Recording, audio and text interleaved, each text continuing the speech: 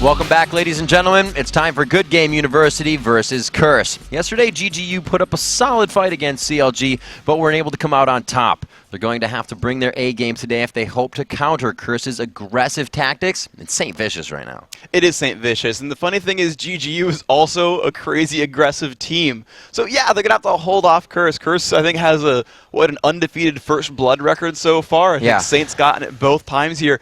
But GGU are an early game team, and when you heard Hotshot's interview yesterday, he said GGU was a better team than Solo Mid here. They were really, really strong. They put up quite the fight, and so, you know, I actually like GGU a lot here, despite being 0-1 in LCS. Yeah, Nijaki has been key in mid. He's shown us two different champions. TF, we did see quite a bit through the LCS, a little bit in Brazil at IEM, but he definitely is going to start bringing out some of those AD casters. Hopefully, we're still calling him AP mid Nijaki.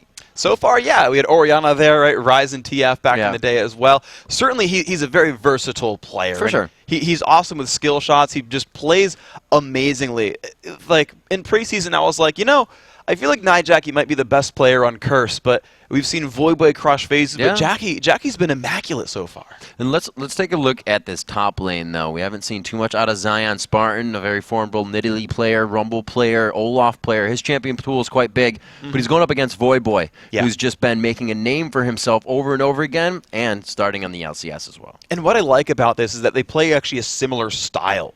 They're both aggressive. They both try to fight. They both try to pick up kills. They both play Katarina and Akali a whole heck of a lot. They like fighting things and killing things. You look at guys like Hotshot, and he's like, yeah, I'm going to play Cho'Gath and Shen, and I'm going to split push and be a tank. And that's sort of that's the persona that they put forth, and that's fine. It's okay to be a tank from the top lane.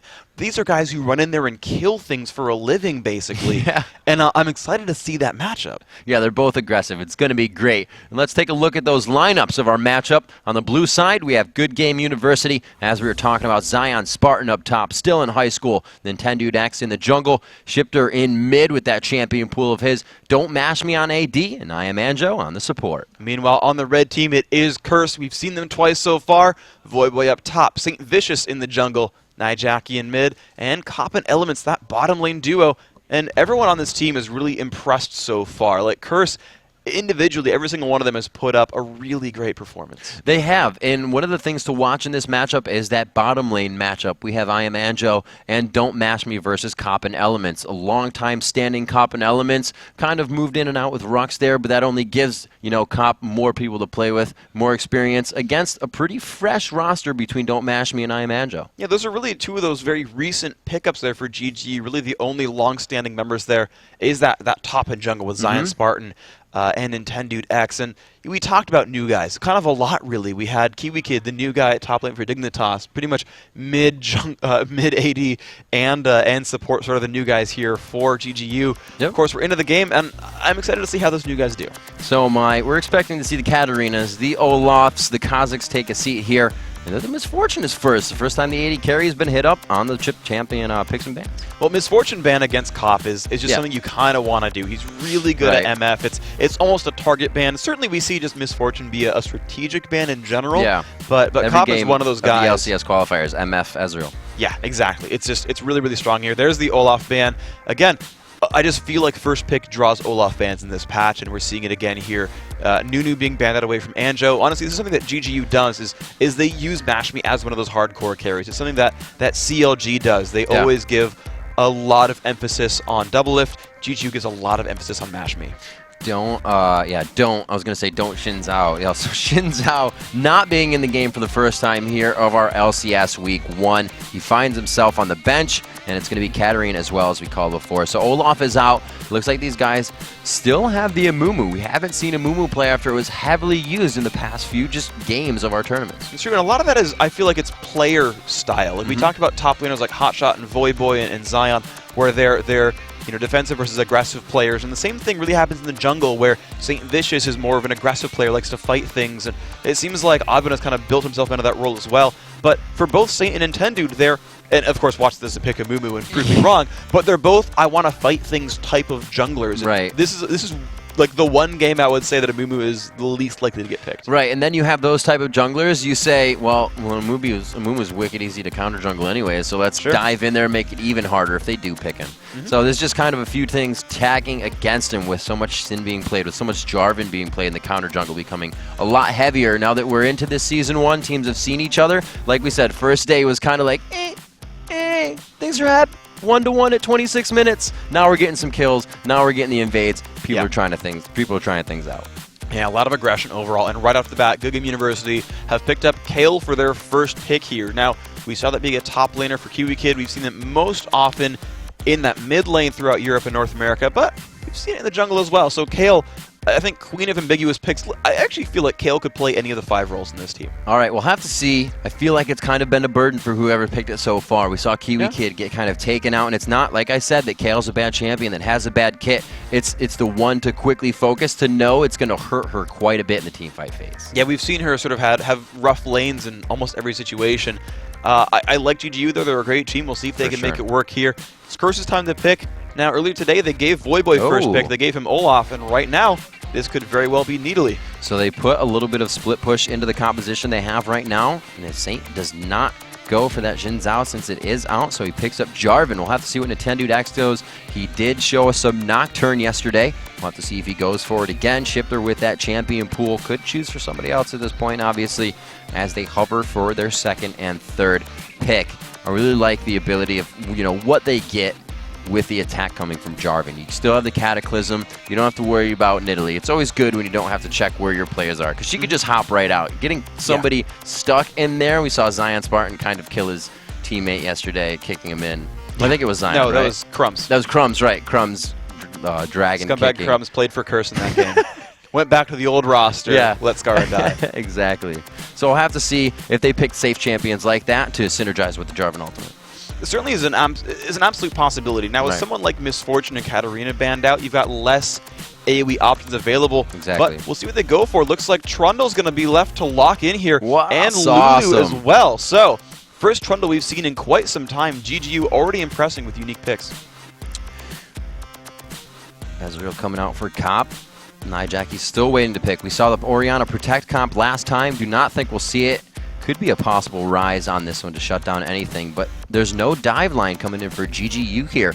It looks very safe. Where's the damage going to be coming from, do you think? For GGU, they've got a couple picks still to go. They've got a possible top laner. I'm guessing it's Kale mid who can turn into a carry. I was gonna say Sona right here. Basically, Curse has a long range poke team. Now, last time we saw Voyboy on Needly, used a lot of attack damage runes.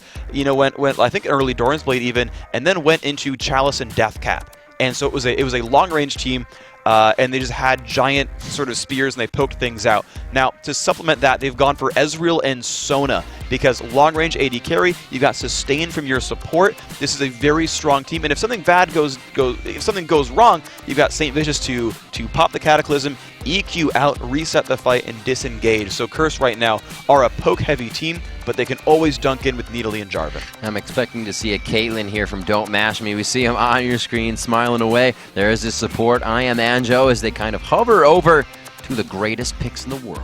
Well, we have seen Heimerdinger in competitive. Actually, we've seen both in competitive.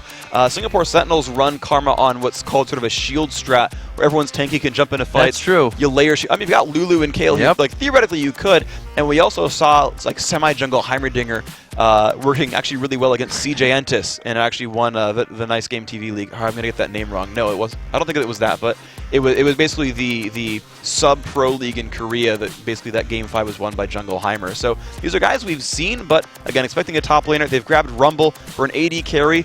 Ooh, they could give him a hyper carry like Twitch. That's a likely pickup here. So there we go. It's an AoE team, a lot of upfront damage. GGU is going to be putting out a lot right away, and they're going to rely a lot on Nintendo to be tanky.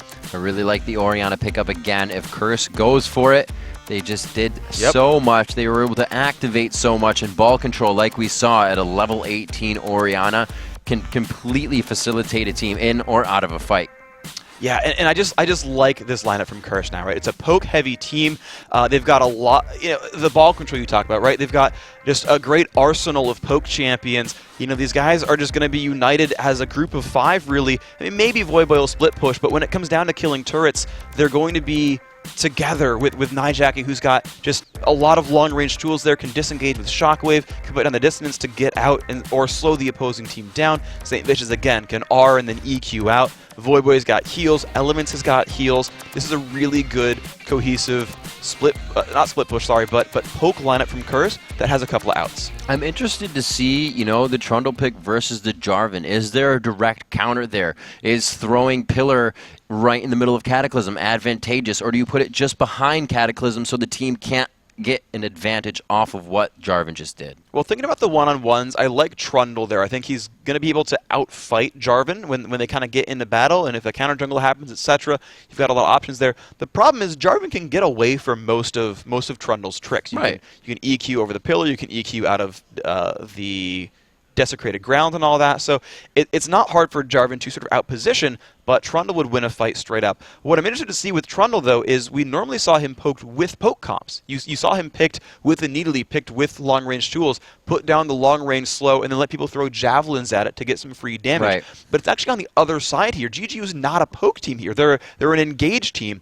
Now, they've got some long-range slows. They've got Rumble Ult and Trundle Pillar. Maybe they just key off of that, but it's a combo I've not seen before. Well, Freak, looking at these comps, I actually notice as we get into the game and on to Summoner's Rift for our third match of the day between Curse and GGU, that both of these teams, less so Curse, they do have the movement from Sona, but Rumble has speed up. Nintendo Dex has Contaminate, speed up on the ground. Lulu can speed up. Shifter can heal and speed up. These guys can initiate. They can move. They're very mobile around the map. So maybe it's just about a very quick early laning phase, and then everybody assisting the lanes to just start shutting down the game from that mid portion. That's actually really relevant. You're right that these guys have long-range tools and movement tools. They can absolutely assist each other. I was thinking more about team fights where it is hard to force and engage on this GGU lineup. Like, you can Trundle Pillar and Equalizer, but like, that's no Malphite ult. That's no unstoppable force. But yes, they can participate all across the map. No teleports for them, but they do all move around, and they can look to assist other lanes and try to make things happen. I think mid-game is really the time to shine for GGU. We'll see right in the beginning here again. We've seen it a bit that teams show themselves back and forth in the mid. It's been a little bit less aggressive, except for the late invades, but the warding in the early game, the Explorer wards have been being used since Season 3. They kind of started that off with the initiation to, we're going to give you a little bit more careful abilities to play with in the beginning. It's up to you to use them, though. And I really like how they use the Explorer ward, because oftentimes people are really afraid to spend 75 gold on like a short duration showing. But when you look at like CLG against TSM, the very first game of the season, they put the Explorer ward down to steal blue, because they didn't care about seeing blue afterwards. They're like, okay, at like a minute 10, we'll pop it down. It's enough time for Golem to spawn, and we'll steal it, and then we're okay with playing in the dark from there. Still not really a big deal. Now, and then you can kind of see the same thing for invades, right? If you're about to leave your blue, you pop that down at 1 minute, and then you'll run off and you'll see if they go for a blue steal. And you'll be able to see if that happens. And it's not a long duration reveal, but it's enough to say, yeah, okay, here's where you're moving, and we'll move on. I like kind of focusing on where they put them down, because, oh, here's where we're going to see for 1 minute. With the movement we see on the mini-map here on our screens, really not going to be much happening as the game gets back underway. It looks like, as I said, they're kind of showing each other themselves a few of the wards just for jungle coverage to see where the path is. And if that path isn't taken, kind of alerts them to, maybe an early gank. We'll see if that comes up. We're only a quick minute into our third matchup of the day here. Okay, so let's see what these guys can do, because you've got a lane swap coming out from GGU. They're actually trying to 2v1 against Voyboy's Needly and letting Zion Spartan 1 vs 2. Now, both these are pretty reasonable 1 vs 2 champions. They don't have great anti-push. They don't really stop their turret from going down, but they survive in minion kills. You've got a shield on one side, you've got a heal on the other. They've got long-range last hitting tools, so as far as individuals go, they'll survive pretty successfully. What I'm interested to see is how fast these turrets go down, because Twitch Lulu can kill them quite fast, but so can Sona Ezreal. So I'm really just kind of interested to see how those 1v2s kind of match up. All right, well, we have to see Rumble doing pretty well for himself. Voyboy very well in the 2v1 situation. That was kind of his burden as he went back onto Curse. People really tagged on them for that and would lane swap more often than not when they faced off against Curse. But now that coming into this Season 3, it is one of the things he has practiced up quite well. We've seen him playing very formidable in that position. Mid lane is going to be Nijaki versus Shifter. You do have that Orianna versus a Kayle. See if somebody can finally play Kale up to par now. It's going to be against Jackie and Oriana, who is a very fast, quick lane farmer. Is Kale the same? Kale's got really good wave clear. You press E and you can pretty much get the last line for free. Saint's looking for a red invade. He's already jumped the wall. Oh no, he's looking for a gank, and he's going to bypass the wards. Saint's going to have a... I mean, unless he's really looking for Nintendude, he's going to find a quick gank on Kale here. Nintendude's close by, though. He may have just seen him, but Saint can't stop if he wants to make this work. They go in for the gank. It's just on the edge. They are able to get the dissonance down. They force the flash, but there is Nintendude X. A beautiful pillar forces Jackie to have to walk, and a double flash from the counter gank. Beautiful counter gank by Nintendude. Shifter baited them in long enough. A great pillar actually kept them in turret range for a while. Nintendude did a great job counter ganking. Who's right by red. I like the gusto there from St. Vicious, the EQ over the Dragon Wall. That's one of Jarvan's great strengths, as he bypasses wards, but really, really nicely done to turn that one around. And now they get to invade. They get to steal red. They have a great aggression on this one right now. Saint trying to come in very early, able to pillar over the wall. Anjo comes down to help as well, and Boy's left to be able to do nothing. They are forced to start working off of this from this minute. So St. Vicious is probably going to start heading back down. And actually, his jungle has pretty much nothing to get right now, so this could be tough for him to come back. This is a beautiful adaptation, though. St. Vicious, of course, kind of reading that red seal is going to go for a Wraith, but I'm going to take Lizard for Wraith like any day. I'm just saying I think it's a better trade for GGU here. Great adaptation by Saint. He's going to pull that one out. That's nice, but really, really nice setup there. They saw that there was no way Saint and Jackie could have helped that, and they ran right for it. So, returning back to the top lane, they did choose to get that to Nintendude X. I was just making sure I didn't miss it. If we saw Don't Mash Me coming down to take red. St. Vicious catching a little bit of flack here from Nintendude as he's still in the jungle. He's saying, here's a little bit of your own red buff. Take it back. Bit of damage there. Yep, Zion Spartan going to be pushed up to his tower here as Cop and Elements coming in. Nintendude X just being very omnipresent on the map right now, showing aggression everywhere, and that's going to give Zion Spartan just a little bit easier time. Yeah, and he's softened up the minions perfectly with Flame Spitter to allow them to all get last hit with basic attacks after a turret shot. So nice setup there for Zion.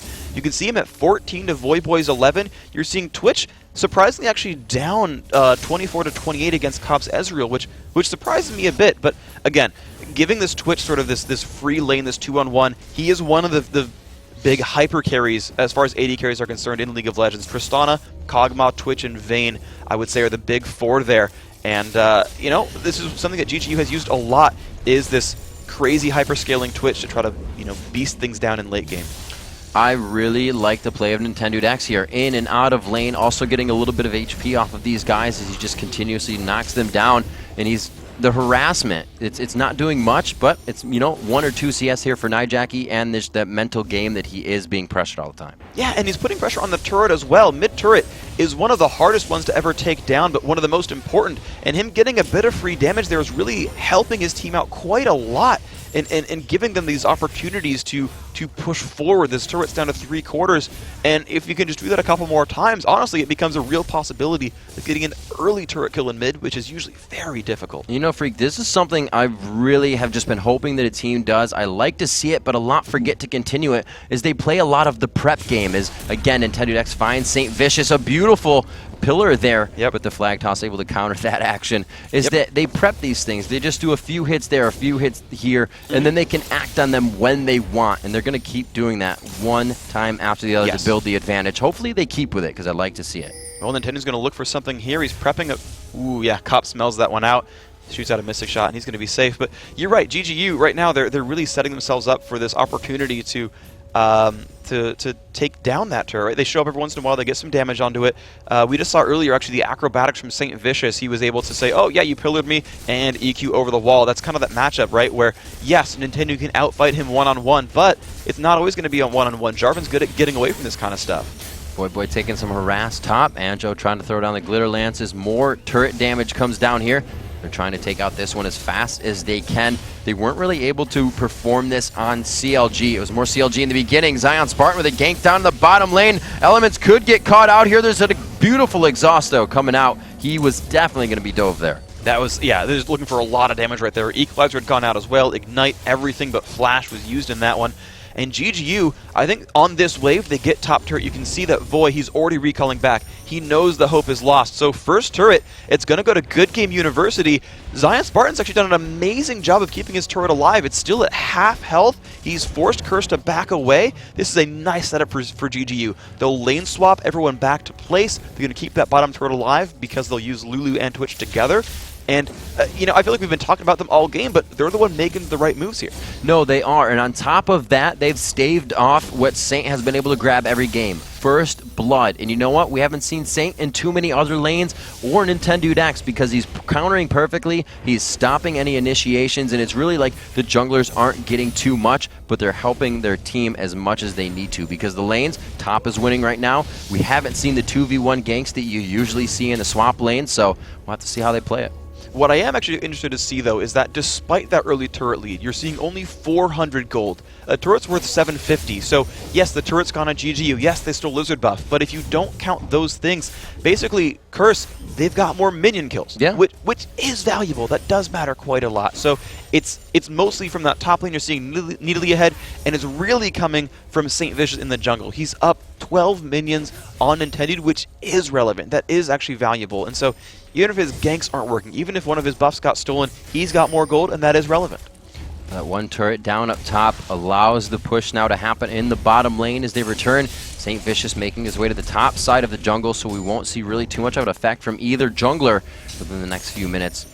Zion Spartan just to farm against Voyboy now in that top lane. Splitting up what happened splitting up what was their swap lanes. They're actually doing quite well for themselves. 42 to 46 in CS. Both have a somewhat of a semi-core item under their belt, so very good play in the swap lanes. Charleston Haunting guys are there, but here we go. It's back to the 2-on-2. GGU have kind of completed their mission. They sent Twitch Lulu up top, said grab the turret, then come back down. You can see equal minions, 74 to 76. And you can see Mashme just pop stealth just to gain some attack speed. The thing is, Good Game University could look for a fight as long as they can outmaneuver the Sona ult, because Mashme has cleanse. Elements has to realize he doesn't really have that sort of ace in the hole. He can't just ult and pretend everything's going to be okay. GGU can look for a fight and succeed off of it. So many pings coming as they just saw him over by Wraiths. They're saying it's going to be Nintendo Dex coming down. They're going to try to get a lane gank coming in here. And you can see just how cautious, or not cautious, how easy St. Vicious is taking this one. He's not playing crazy. He knows there could be a gank bottom, but his bottom lane has already pinged it out. And they're saying, play safe. I'm doing Wolves, and I'm going to go to Wraiths, guys, so just don't die. What's interesting to me as well is the ward coverage right now. Neither team has a lot of vision near the top. Void's just relying on traps to keep himself alive, but both teams are really warding heavy towards the bottom lane. So if there's going to be a gank, it's going to be those guys up top that Rumble and Needly. Yeah, they've got Flash available, but if they're going to find a kill, it's almost going to be there. Jarvan quickly finishing out, or rather St. Vicious finishing out his Wriggles as we're going to see the Locker to the Iron Solari coming out for Nintendo Dex. A little bit different path on the buy there and not finishing his Madrids out. And we see Trundle returning to the top lane. Might find a little bit of fight here. St. Vicious is going to look for some free damage. He does have that shred going on from the Bushwhack of Voyboy. This is going to be some good damage here. They missed the first spear. No cost for Voyboy, but good slow pillar there as he puts the ultimate on and makes himself a bit tankier for the exit.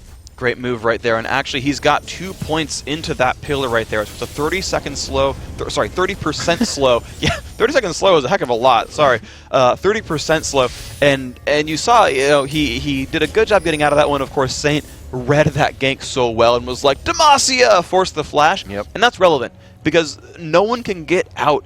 Not a single member of GGU can get out of Jarvan ult without flash. So anytime you use that, he either burns a 5-minute cooldown or gets a kill. There's the equalizer down in the bottom. Mashme throwing down the ultimate, and he gets the expunge at max range. First blood going for Mashme. The true shot barrage missing, but here comes Nintendo Dex. He throws down the pillar. St. Vicious says, back up. And it looks like they're going to be able to keep it at 1. No. Oh, we found Mashme. Oh, Mashme a little too close. He does get stealth. That was a little too aggressive there. They are going to go for a dragon. They have to be careful. They are getting pinched on here, Freak. And there's a lot of damage coming out here. They've got to be a bit careful because he's going to look for the ult, and here comes Voyboy. Oh, the shockwave's so good. There it is. Jarvan coming out. A beautiful Lulu ultimate. Stops the flag toss, and it looks like they may be able to waltz out of this one. Voyboy flashes in. He is looking for blood right now. The exhaust goes down. The ultimate onto Voyboy as well to try and make him a little bit squishier, but nobody's able to turn around and kite any damage. They look for Anjo. A great finalizing spear, and the turret does not look like it's going to stop him here. Good W dissonance onto Nintendo. Voyboy still has spears in his pocket. He's going to be looking to throw these out, but somebody's going to have to be a nice guy, bro, and dodge them. First spear into the bush. Oh, he finds him in the back. Nintendo X. Great catch, and it looks like they finally get Voyboy down there. That is not going to stop here. One last auto attack from Orianna. That passive stack of knife jackies picking him up a kill, and it looks like they'll be able to capitalize on a turret after a complete lane battle. Dude, the mechanics there were amazing. Let's take a step back. Anjo countered Jarvan EQ with his ultimate. Wow. He read him coming in and popped him into the air to keep his entire team from getting knocked up. And from there, it was beautiful spear after beautiful javelin. Jackie getting the slows down, just enough mana on him. The fact that both Nidalee and Orianna had Chalice allowed them to get enough mana to stay in that fight. Shifter flash dodged one of the Jarvan EQs. You saw just damage coming out on both sides. The burst from Shifter was actually quite nice there. He's got an Asher's Tooth for himself, but that was Curse coming out 2-1 in that fight. And on top of that, they did pick up Dragon. So Curse, they're now in the driver's seat. Oh man, that Nintendo X catch just replaying in my head. It's like somebody ducked and he took a pie to the face. It just went past everybody and clocked him right in the kisser. 3-2 here as we come out of that fight. 13.5 minutes into this game. A little bit of a gold lead grab there on the tussle down in the bottom lane. Blue buff now being transferred over to Shifter here. Back to some relaxed lanes now. I don't think we're going to see too much fighting after that. The Dragon was picked up. There's really objective free right now, and everybody's just going to start trying to pick off some kills. Yeah, the next shot really here is a turret, and we'll see if they can go for it. Because the thing is, they've just finished Bloodthirsty here on Twitch. Now, Cop has enough money for it, but he's actually not gone back to pick that up yet. So right now, theoretically, GGU has a fight advantage. They finished Nasher's Tooth. They finished Haunting Eyes and Sorcerer's Shoes on Rumble. They do have Equalizer up. This is actually a power spike for GGU. If they looked for a fight, they would win it in a 5-on-5. The problem is, sieging a turret's not the easiest way to pick a fight because you're fighting on a turret. So we see Nintendo X back in his jungle. Ping's going around. They're still remembering to get the wards down. These teams now really kind of, I bet you they're on the edge after that fight because it's nobody's definitive fight win right here. If they go in on a 5-on-5, it's really going to be all about the mechanics once again. We'll have to see who has those. Oh no, actually Mash Me ready for that Bloodthirster. He is ready to get into these fights. Already stacking it up for himself. Ezreal a little far behind. It's Cop. I think he may have enough money. He does actually have 1,200 gold. He just is not backed yet. So we'll have to see if he can get into this next fight with that Bloodthirster on. A little bit of aggression towards top lane here as they are looking onto Zion Spartan. The Cataclysm keeps him in. Like you said, Freak, nobody can get out of that without their flash. And it looks like he takes a good amount of damage that makes him hungry enough for the dive. A great equalizer will keep them in for a good amount of damage, but not enough to get him out of lane. Now St. Vicious had a bunch of armor right there. However, Nintendo finds Void without mana, but doesn't need mana in Cougar form, so he just kills a cannon minion and walks himself right back out there. Element's got some ward control himself, sweeps wards away from Dragon. And again, you look at this bottom lane, this is where it's going to come from for GGU. They've always used Mash Me for this kind of role. He's been kind of the biggest carry on this team, and you know, it's really on him right now. Yeah, he's got an item lead. We'll see if he can carry that forward. It was a nice mechanics by Zion Spartan. It was a good ult. It was a nice attempt to get away, but St. Vicious had so much armor. You look at him, and he's maxed the flag toss. He's at 123 armor. He's got that shield and all that health. It is hard for a turret to kill St. Vicious, which is really just the story of St. Vicious so far in LCS. Yeah. The guy's immune to turrets. He is. Completely. Like, I have never seen that guy die to a turret, and he just is always this frontline tanky initiator guy who goes in and says, "Rawr, I'm a dragon," or "Rawr, I'm a Demacian prince. Bring it," and turrets, they can't bring it. They don't know how to. St. Vicious, passive Ohmwrecker. Oh my gosh. There you go. St. Vicious is born with Ohmwrecker. I didn't even think of that. That is a bit OP. I didn't know you could start with an item. Like, I know you get 475 gold, but he's like, yeah, for 0, I'll take an Ohmwrecker, thank you. So 17 minutes into this one, the 3,000 gold lead is all that really separates these teams, along with the 2 kills. 1 and 1 on the turrets, so they have been able to drop the respective top and bottom turrets for each side here. Nintendo X sitting off on the side, but he's keeping a ward company, so Nijakiel more than happy to... he looks like he was going to throw in some free damage, but he lets him know he's there. Nice guy, Jackie. Yeah, and the thing is, actually, Nintendo, he's got a lot of cooldown reduction. So, you know, we look at him, and he's got He's got that Kindle gem. He's got the boots right there. Lucidity, wow. Yeah, exactly. And he's going for a Lock of the Iron Solar. He's going to look again for a gank. Can they get Jackie? I don't think so. Not with Jarvan here. And look where that speed came from. They were both actually towards like a little bit above Wraiths, but with the speed, with that Scrap Shield, with the Contaminate, they were almost able to get there if Jarvan was not. So the initiation from these guys on single targets is going to be big. Yeah, exactly. That mid-game point. Yeah, they're looking for it, right? This is their mid-game opportunity. This is the time where, like you said, they've got that movement speed, and they're trying to find fights, right? They're trying to find engages on Cop, and you see them try to force that, right? You saw the Trundle Pillar come out with Contaminate. You saw Rumble kind of run and look for an equalizer, but we said it in Champion Select.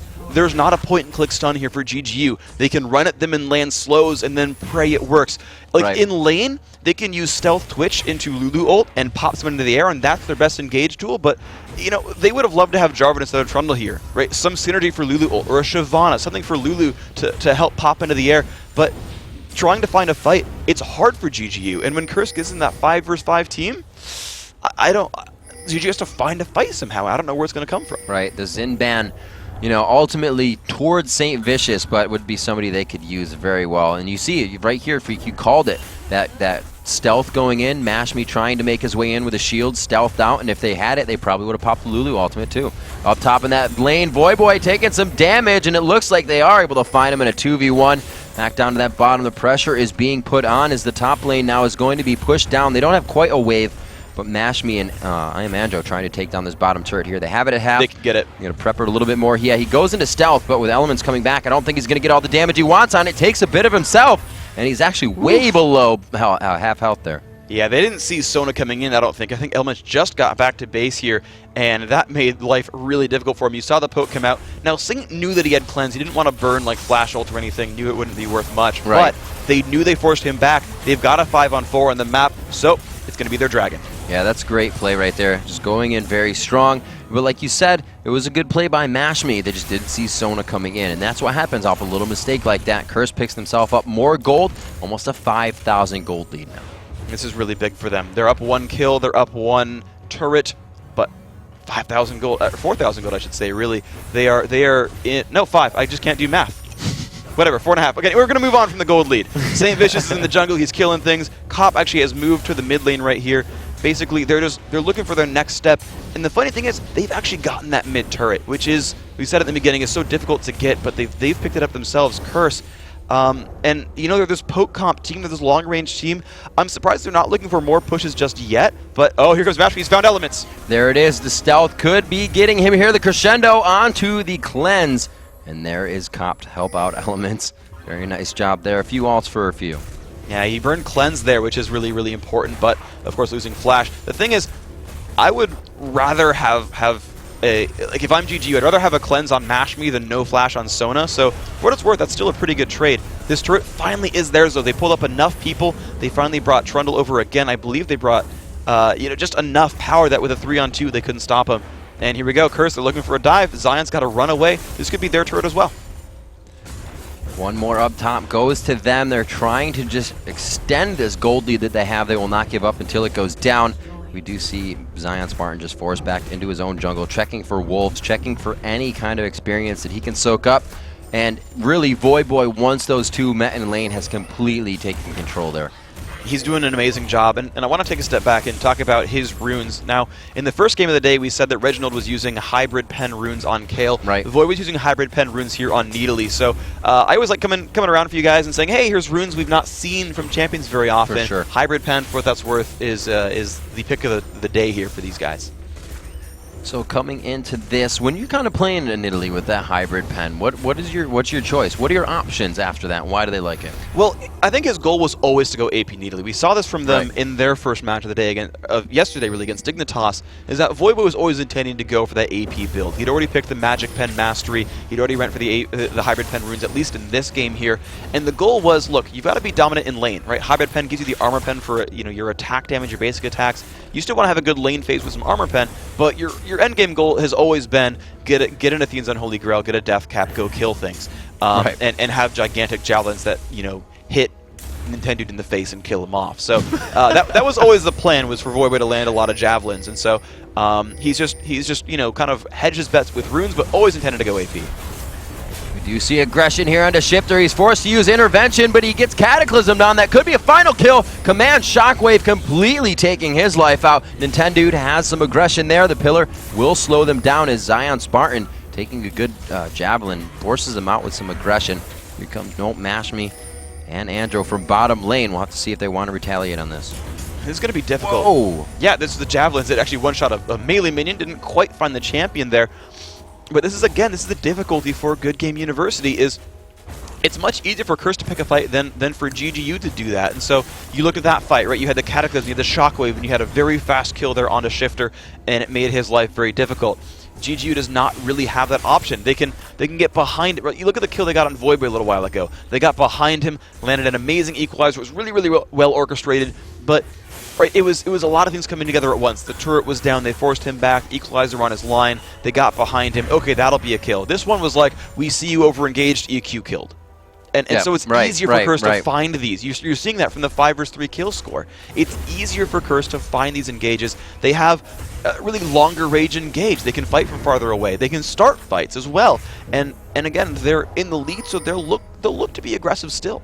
Now we have Nidalee's play coming into fruition of a little bit mid to late game. We can have split pushes in from Voidboy here. That movement that, you know, late game has on the side of Curse is coming into fruition as much as GGU had at the beginning. You know, Oriana's dissonance coming a little bit better for the movement speed. Sona able to move them around the map. They're trying to play some tricky games right now as well. And as we know, you know, Nidalee being able to move in and out of bushes faster with her passive. So Curse catching up in that aspect as well. And we see them initiating the fights that they want when they want them. With that split push, it's going to make it that much easier with that movement speed. Exactly. And I actually want to point out what we just saw a second ago was with Nintendo X's pillar in the brush. He didn't see Curse on the map for a while, so maybe they're waiting for me at my Wizard Buff. Pops the pillar down, reveals Fog of War, says, they are waiting there. And anytime you see things like that, right? Like it's such an unsung sort of skill, but he Spidey sensed that they were waiting for him in the shadows and said, hey, okay, you're there. I'm gonna peace out. And I like pointing out things like that because, you know, that's some of the things you see at this high level of play is that they Spidey sense each other and say, hey, hold on, you're doing something shady. Right, you know, he actually had to do it for his blue right there as well as Shifter comes in, happily taking that. There really hasn't been too much aggression from either of these teams here in the early part of the game in the jungles. They've kind of let them have their own jungles. It's been all about, you know, Saint Vicious and Nintendo X coming into lane and really making things happen. Yeah, outside of that one like great counter gank by Nintendo where he forced away Jackie and Saint and stole red. Right. Other than that, they, as far as I can remember, they've really both been allowed to thrive in their own jungles here. The AD carries, I want to kind of point them out here because at the beginning I talked about Mash Me being a really, really big factor here, and Cop, of course, always a very consistent player here. 8,500 gold apiece, really on both these carries, and you're seeing them with identical item builds as well. Berserker's Greaves and a Bloodthirster and a Static Shiv, both looking for a Last Whisper next. They're really playing the same game here. However, Mash Me has a better late game in the ideal situation. He's got that ultimate. He's going to have a lot of damage output available to him, and he's going to really crush people's health bars. But for Cop, he's much safer, and he's part of what I would kind of say is a better team composition as well. So even if Twitch has a higher damage output potential, I feel like Cop's just got more to defend him. So coming in with Trundle's ult, we haven't seen him a lot. It obviously steals away and is really more advantageous on somebody tanky. Is it still going to be all right if he throws that on somebody else other than Saint Vicious in a long fight for them? Sure, it really works in both ways, which is cool because it has basically a base damage that, you know, matters more against low health targets, but it also leeches armor and magic resist, which of course matters more against tanks. So it really can go either way. He'll get more stats himself by targeting Saint, but if they really need to kill Cop or Jackie or Void, not a bad thing to target a Squishy either. Right on. So that pick still kind of working out even though the team isn't overall tanky. Oh, they found All around Mash Me could get hit up here. He just misses the flag toss blindly. That would have been an absolutely amazing play there because Oracles was not in vision of Mash Me yet. And the thing is, Elements had Flash available, so if he wanted to risk it, he could have like Flash ulted. However, Mash Me did have Cleanse. So again, Elements realizing that Cleanse was up and said, you know, I'm not gonna trade summoners like that and my ult. Right, you didn't have to waste too much on it. Mash Me would have been more than happy to get out. 27 minutes in here, 5-3 as the game's slowed down a little bit from what we've been seeing. Once again, GGU is playing this one slow and steady as Curse is kind of putting the aggression on him right now. 35,000 gold to 41,000 is that 6,000 gold lead. There's a reason you see Curse kind of dominating these lanes, really walking it around. Do they have enough speed to make it to him? They do not. Mash Me is backing in lane. And you can see the smile on his face and the sweat wiped off his brow. Oh, this is an interesting situation because this is what we've seen from the winning teams in most of the games so far in LCS. They're winning and they start strangling, right? You're seeing a 6,000 gold lead. You're seeing Voyboy split pushing the bottom lane. He's got teleport up. He's not even afraid of Zion Spartan. Walks back, tosses the javelin. Okay, yeah, he runs away, right? He's afraid of the damage a little bit, but he knows there's just opportunities. There's Nintendo taking a bunch of damage. Nintendo X actually flashed into Cataclysm on accident, which is unfortunate, but the intervention is there. They will be able to turn this fight around. A great crescendo means the double kill. You said Mashmi was in a better position for that fight, and it looks like he helped him out and his team. And there we go. This is really the opening GGU needed was, hey guys, we found everyone in a line for spray and pray. Thank you. And there was no ward coverage there for Curse to see that, so they thought, oh, we've caught Nintendo. Okay.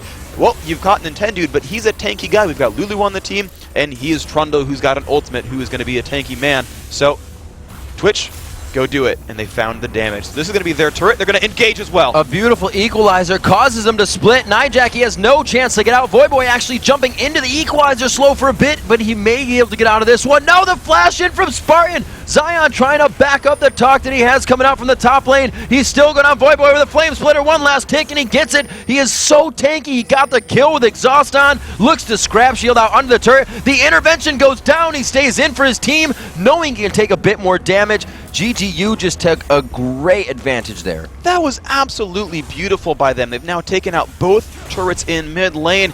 That was a great engage after a great engage. We said they didn't have any hard fight starting, but man, can they put down a Rumble ult and just go for it. And I want to point out, right, their team does lack engage power, but Zion Spartan rushed for a Riley's Crystal Scepter. Now, sure, Riley's into Leandry's is a standard damage build on Rumble, and maybe he would have went for it anyway, but the fact that he has that extra slow, oh, Bicop, you... Oh, yeah, he had to flash. That's a lot of damage. But the fact that he had Riley's there lets him put the equalizer down and put on so much slow that Curse can't run away from that. Yeah, that was scary for them, especially when, like you said, they don't have an initiation, but they're still confident enough to go in. And confidence really won them that fight. There were some good, like, high health people going in there. Voyboy had full health as they turned and ran. Nyjacky got caught in the equalizer, so they had to turn and run. But both of those turrets were still up. That was a double turret dive of confidence there from GGU. Yeah, it was beautiful. and that's kind of the thing, though. It's like a double-edged sword because when they get a 5-on-3, they can say, screw it, we'll pretend we have the passive Omewrecker as well, and we'll go dive into your base. Right. You know, when they have that 5-on-3, they can use the Riley's Equalizer. They can use Trundle in the front line. They can run in with Kale and Twitch and Lulu and do all these wonderful things. And you saw it succeed for them. I don't know how they can start them in a 5-on-5. Now, they're not even ahead in gold. They want to fight. They're up in kills. They're up in turrets. They're down in gold. And that's an important thing to point out, that if they get another amazing positioning where they've got just free damage Twitch, then okay, they'll crush people's faces. But in a turret siege, I feel like it's very difficult for GGU. We'll have to see. GGU did get some good advantages on CLG yesterday. It only took one swift move by CLG to turn GGU back on their head. We'll have to see if they can keep their composure here. They can't get too complacent now that they have somewhat of movement back in their heels. They're definitely on the back foot right now. 3,000 gold. They have to do this. They want to force Curse into something. They have Saint Vicious on one side. They choose to go quickly onto Mashmi. Mashmi's still inside. They've wasted 2 ultimates on him. He gets a third. He actually gets a second ult as well. And it's going to be so much damage onto Saint. He kites Saint to death in a face-to-face fight there. They may not be able to grab Baron, but they do have the kill there. The upper hand could be in the next fight. They 2-for-1 it. However, Voyboy got a lot of damage at the bottom lane. That turret's gone. A giant minion wave as well. Wow. They went 2-for-1 and burned the teleport. They've got a B. But yeah, look at how long Mashmi just chilled there, like refusing to die. And oh, this is so smart. Anjo just picked up Twin Shadows. So Anjo has now picked up another way for them to start a fight. It's again hard for them to engage, but they're finding ways. Riley's Equalizer, Twin Shadows on Lulu, Stealth Twitch across the Baron Pit wall, like trying to find Saint Vicious. Like, it was weird, but it worked. They kept him alive. And the thing is, I've been waiting to see Kale Twitch forever. Because Kale Twitch was like the combo in beta that won games because Twitch was just like, lol, I'm invincible, everyone's dead, and it was hilarious. And they showed that here. Lulu and Kale, really both of them. Ooh, good pickup by Voyboy. They're going to try to pick him up here, though. Oh, he's going to jump over the wall. Anjo. Nope. Oh, he missed the wall. He just got turned into a dragon. What a great polymorph from Anjo.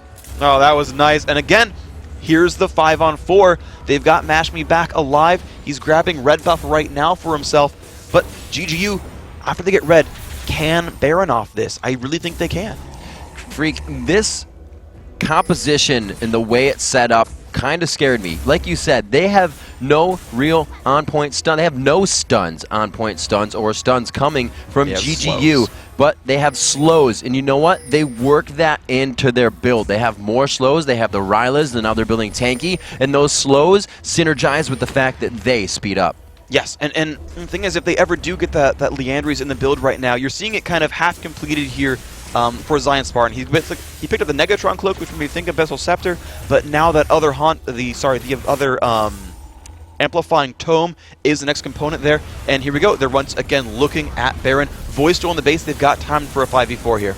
Pillar for Vision on the outside coming from Nintendo X. Multiple wards being placed in to give Anjo something else to think about, but he's staying on the outside. He's looking for the polymorph onto that smite as it comes in. Can they get it down? Baron goes to Nintendo X. It's going to be a beautiful equalizer. Elements goes down to pretty much just that, and don't mash me. It's going to be Jarvan falling as well. Curse does not look good in this fight as they turn tail and try to head home. It's going to be Anjo on the chase. There's the spooky ghost coming out from Twin Ghost. Void is the last one to be chased. It's going to be a 3v1, and Void is just going to try to spear from the side to deter any more damage to the base. If anyone's going to stop a siege in a 1v3, it's going to be AP Needly. He's got so much ability power. 434. He's got low cooldowns, a blue elixir, as well as that Athene's Unholy Grail. We'll see how much he can stop, but this is going to be... Oh, yep! There's health bars dropping on Anjo. They're going to go for the inhibitor, then probably back out here. That was a great fight by them, though. A much-needed Baron. Anjo, stop catching those things. Seriously, the guy should play outfield. He's going to have to stay on the outside. A few more auto attacks is actually going to be able to take down Anjo. Void does have that slipperiness to get away on the escape. Artist of Nidalee just missing. Anjo throws the shield and movement down onto himself. He says, I don't have enough mana. I'm out. Skin of my teeth. You know, I really wish it was Kale tanking those javelins, because then I could have made an Angels in the Outfield reference. Yep. And I would have liked that. There was a huge sigh from Void there and a giant ear-to-ear smile on Anjo. All right, I want to see a replay of that Baron fight, though, because that was Nintendo barely outsmiting St. Vicious. Here we go. They get it low. They know they've got to go for it. Here comes Jarvan. He gets it just in time. Look at the burst damage, but Shifter was not crescendoed, so he was able to stay alive. And look at the evisceration. Nintendo does so much damage there. Nintendo actually backed away, not taking too much damage. You saw them come back in. A beautiful Javelin did get the kill onto Rumble, but their ability to like pain train in these fights, actually, wow, that was two ludicrously good javelins in a row. Actually, we actually saw Boy get two like fade away like max range javelins. That was actually amazing from him, I should say. Here we go, back into the lanes. GGU finding some ground at 1.6 thousand gold down. Now only about 2,500 gold. They're up in turrets, which means they've made their way into the base, and they've actually dropped an inhibitor for themselves. So Curse now a little on their heels. They can't go for anything too strong, but we're even more objective free now that the Baron is off the map. It's all about GGU initiating with the team of no initiation. Let's see how they do it. And the funny thing is here for GGU is now they've picked up a Shirelia's Reverie here on Anjo. And the thing is, the only reason that's even made possible is that he has 12 assists. He wouldn't have the gold otherwise to get these two super important items if it weren't for the fact that his team was doing so well in this mid-game. He's now actually got the itemization to make this happen, and look at the damage on the Void. Wow, Mashme is just crushing them down. You can see it spreading through their team. They choose to back off here. They should grab the turret on this one, but they have to be careful. Has quite a bit of health, and here comes the re-siege from Curse. They dive in. There's the flag toss. The Cataclysm is going on to Mashme. We saw how long it took him to kill last time, but they get him down quick here. Void going for the spears. Anjo gets hit. One more on the chase could take him down here. Oh, a beautiful pillar stops the entire team. But they've got a Sona is the thing. They're still running fast. Anjo, he's going to shield himself. Shifter's going to get caught out here. He hastes himself, but he might just be in range. The pillar is down, but Jarvan is still running with that haste from Sona. They are going to make their way out, but it's a 1-for-0. However, where's the push going to be from Curse? Because there's minions in their base, and there's not an easy turret to find anywhere else. Yeah, another minion wave with super minions is going back. We see Nidalee. That is going to be a good siege clear there. And Freak, they want to keep the pressure on. Curse knows that this needs to be a move made. Yeah, I mean, they had to have to back off is the thing. Wow. It's a 4v4. They've only killed Mashme. They sent Voyboy back to base. You can't just willingly siege a 4v4 against a three-person Baron team. So they just had to directly give that one up is the thing. So for Curse, the thing to remember is they are still up 4,000 gold. Their ability to outlane, outlast, hit, generally speaking. I mean, you're seeing 193 to 301. Voyboy is so far ahead. 338 to 3-on-2 from the AD carries. Jarvan up 70 minion kills over Nintendo Dex. The only lane that's really winning in minion kills is Shifter over Jackie. Yep. And we said, could Shifter do it? Yes, he freaking can. He's 4-1-7, but everyone else on Curse is playing phenomenally. He's just played the different Kale. Green Viridian. It's the way to go. Viridian Kale. Guys, it's cookies, it's Viridian Kale, and apparently it's being Voyboy. I guess so. So 14-9 here at 38 minutes into this game. I think one of the longest of the day we've had here.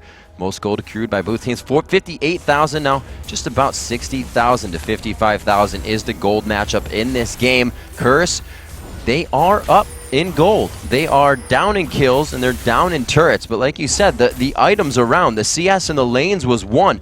Good Game University is bringing in the fight composition to fruition here in this late game, and they're really taking it to Curse. They haven't figured out a way to stop it. Orianna still now, or not still, but at full utility. That shield, the command shockwave, the displacement of the team, it's really not stopping GGU. Voyboy getting hit up on that bottom turret. This should be their initiation here. They go right for Cop.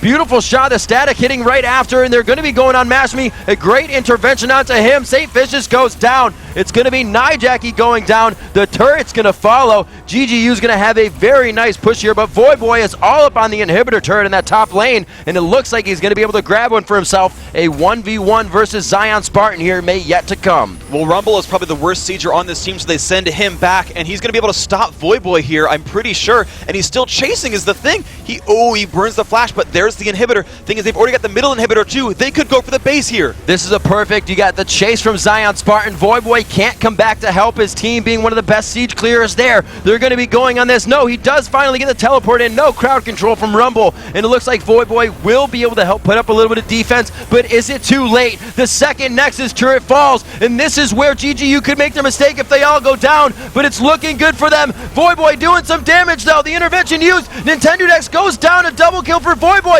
They are going to be able to save the base. Do they have enough time to make it all the way down that mid lane? That top inhibitor is open. There is some time, Freak. They've got Zion and Andrew still alive, but they're like, nope, we're going to peace out on that one. The thing is, they spent a bunch of time going for the Nexus. It's down to half health. If they had just shot Voyboy, they could have killed them off. The Kale ultimate was almost back up. It couldn't quite save Mashme. They were just a little bit impatient there, but they're still up 4 kills, and we'll see what happens here. Right now, Curse cannot leave their base. Baron's alive in 10 seconds. Curse is going to try to take it before GGU does. This is their only chance to get Baron. They've got to get it here. Looks like Zion, Spartan, and Andrew, they're not going to stop it. So Curse, their base is in shambles, but they're going to have Baron. And this is going to be huge. We see GGU always making small steps, but that closeout of the game seems to burden them just a little bit. And if that little bit could be enough for Curse to come back this time, they are going to use that. The Baron has been grabbed. The 6,000 gold lead is back in place, but Curse only has a Nexus to stand. All right, that top lane is for sure the focus of attention here. I don't think we're going to see Voice split push. I think we're going to see Curse holding on for dear life. Here's the situation. Curse is up a little bit of gold. It's a little bit. It's not huge. It's not massive. It's a small item advantage. It is a little bit difficult for GGU to force battles, but that's okay. Minions are going to be flooding into the base, so that item lead you see, honestly, minions are going to make that very difficult for them to withstand anyway. So GGU have an easy time sieging top lane. Basically, Curse has to send someone to stop that mid and bottom push every couple of seconds, so GGU can play siege game. They can say, kill the top lane, kill the top lane, kill the top lane. Mashme's got 2,500 gold, and he's got reduced flash cooldown. He's got distortion boots. His flash is almost back up, so Mashme's going to be in a situation where he's got everything. All their ultimates are available. GG will siege the top lane, they'll try to grab the inhibitor, and they're going to try to siege with super minions. Or they could really wait 4 minutes for Baron to despawn, but to me, I feel like they'd rather use super minions here. They are going to wait for that push. It would be the smartest thing. We've seen teams taking too many chances at a 41-minute game that cost them everything. And GGU remembers yesterday like it happened yesterday, Freak, because it did. Yeah, Go figure. Really, for both these teams, this is their second game where they've had ludicrously close games. Baron going back and forth. Curse versus Dignitas day 1, GGU versus CLG day 1, and now in this match, these guys are putting up extremely close fights here. GGU, there's that push for the top turret. Baron Nasher buff, it's still got some time left. It's got about 2 minutes. The Javelins put out some good damage, but Nintendo is finally reasonably tanky. And here comes the siege again. Minions not quite yet in Curse's base. See if they can initiate onto this one. Curse is doing everything they can to ward inside and even outside their base here. You can see the pink wards being placed on their side of the wall to keep GGU's vision away. At this point of the game, that one ward, that one vision, Curse knows it could mean the game. Mashme's in a pink ward, he doesn't know! There it is, he's going to get hit up.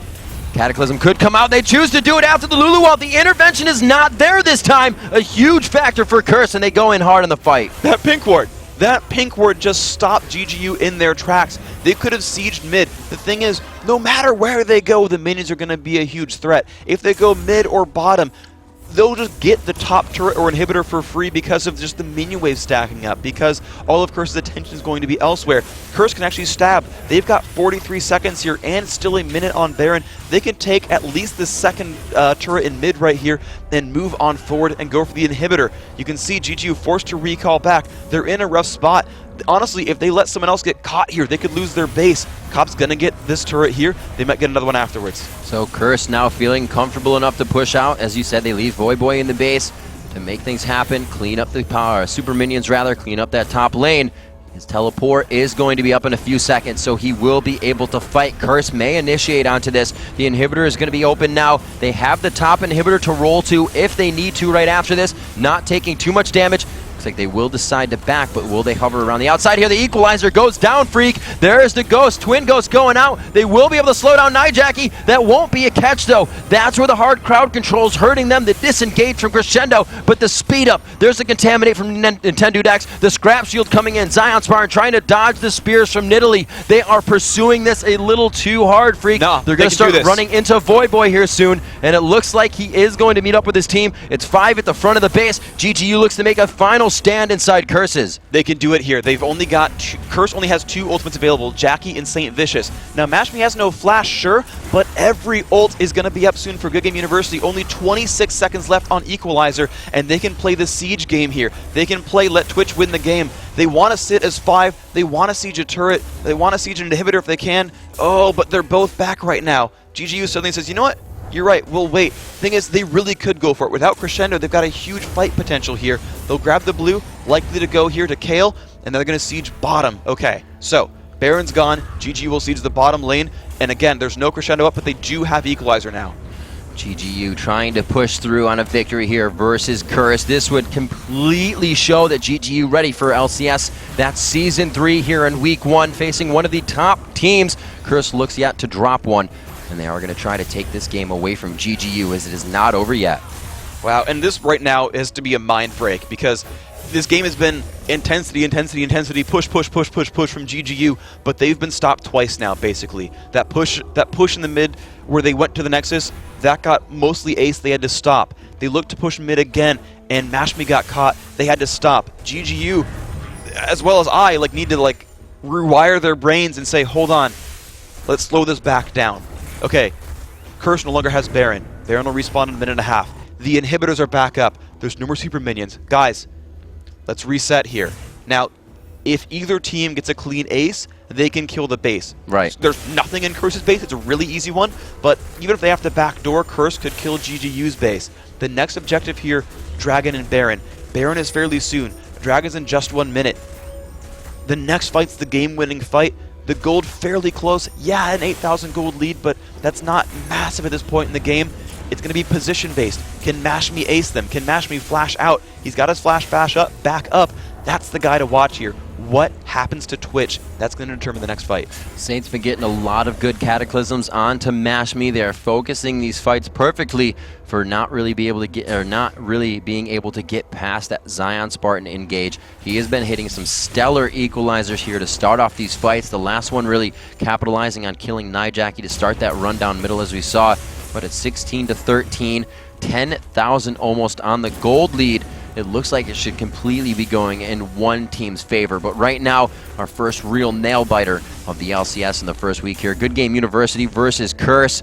And it looks like there may be a final push by one of these teams as they're staring into the white of each other's eyes right now. Now GGU will go for the siege. One thing they can do here actually is push Curse through their base and 180 and rush down Baron. Thing is, here is Voyboy again being a menace. GGU must pick a fight here and force Voy out, whether it's Baron or whether it's a turret. But they can't let Voy just siege them like this. So Voy's going to recall just off the pings. Nope, he's going back in. They are pinging. They're saying go. We see Voyboy down bottom. If we can push this, we can get it fast enough. We'll create the fight. Voyboy still pushing in the bottom lane. He is far back off the turret though. Starts to get damage on it. The inhibitor falls. Voyboy's got the turret at half, and he is not starting to back yet. They throw the true shot barrage down towards Voyboy. Not going to help. Now Nintendo is still going. He does get the inhibitor as well, Freak. They are clicking on the Nexus right now. Voyboy getting to the Nexus turrets. Will they be able to win the fight here? They pop everyone up. The Cataclysm goes down. Mashme trying to focus on the Nexus. He goes down. Voyboy is able to get back with his team here, and it looks like they're going to be able to clean up the fight, Freak. Anjo is the only one to run out of the base, and in a 5v1, it is looking grim for the base of GGU. There's already minions in there, and one of the turrets is dead. There's just a giant wave. That's what Voy did, is he set it in motion. He didn't need to siege for that long. He just needed to get a minion wave started, and here they come. They are running down the base, and Anjo, for the next 45 seconds, has to 1v5 this. I don't think he can. It's so disheartening. We can see Nintendo X, these guys already knowing the death chamber time is too long. Voyboy enters the base, and the split push helping out so much for Curse in a game that was in the hands of GGU slowly falls through, and Curse finds themselves a win in the third match of the day. Wow, Curse Gaming, would you believe that? 3-0 for themselves, a wonderful game. That thing was back and forth. Nice attempts there, but oh, GGU, they tunnel visioned a little bit too much on that Nexus. That's 2 times they got more or less aced doing that.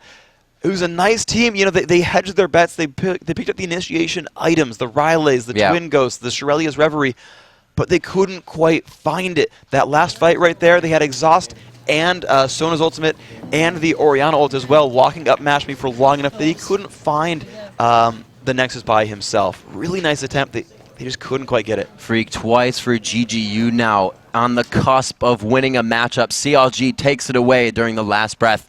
Curse does as well. That's just, oh, those tough late game situations. GGU has to know they put up an amazing fight. Of course. They're a great team. We knew they were an early game aggressive team, had great early mid games, had a little bit of trouble closing out games in general. It's kind of one of the problems that has plagued these guys. Right. And we just see it come back, and it's heartbreaking. It's unfortunate. The game went a little too long for them without having any hard crowd control and just slows. When people have 3,000 health now, when the fight's going to go for 3 or 4 reels of your full ability lineup, you need hard crowd control. All they had was Lulu pop-up. We saw after everybody sat down from the Lulu pop-up, Mashme was trying to hit the Nexus, and he got taken out instantly. So hard crowd control would have helped immensely there. Absolutely it would have. And you know, the problem was they just, I feel like even more than that, though, they just had some strategic mishaps. You know, they went for the Nexus dive. We're going to see a replay of that Nexus dive with player audio. Let's get it going. They're going on. They're going. I'm going to TP in. I'm going. TPing. Barely. Kill Twitch. Twitch. He's trying to kill tower. I got him. Rumble. Nintendo. Tower, get him on tower. Nintendo. I'm going to the base. You guys go. I'll go. We're in the game. Just one people. I'm moving. I got it. The game's over. Just move. Just run. Fuck yeah. Yeah. There you go, man. Well, there you go. F yeah. That's one way to win it. That is one way to win it. And again, like, this is a story of Curse. Like, I want to go back to the calls they made there because, you know, GGU, right? They felt a little bit frantic, a little bit hectic, an unfortunate tower dive. But the thing that I saw from Curse there was even when they pretty much knew the game was over, he said, just send one, just Voy, go kill the base. We know you can 1v1 Anjo with minions and win the game out. Everyone else, play defense. Yep. You saw Sona, Orianna. They actually went for Anjo, made sure he could not kill the base by himself, and just sent Voyboy to kill the base.